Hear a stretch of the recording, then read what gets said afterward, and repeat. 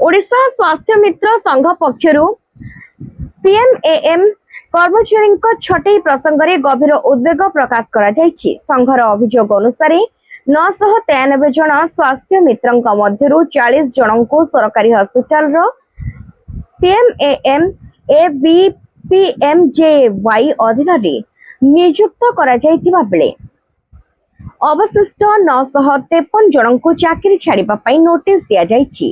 संघ कहिछि जे निष्पत्ति फल राज्यर विभिन्न हॉस्पिटल रे कार्यरत स्वास्थ्य मंत्री और सेमानंक परिवार मध्य अनिश्चितता और चिंतार परिवेश सृष्टि होइछि। विशेषकर महिला कर्मचारी माने मानसिक भावे भांगी पड़िथिबा एवं कार्य करिबारे असुविधा भोगुथुबा संघ दाबी करिछि। एही परिस्थिति रे मुख्यमंत्री हस्तक्षेप लोड़ी ओडिशा स्वास्थ्य मित्र एसोसिएशन सरकार को निवेदन करिछि।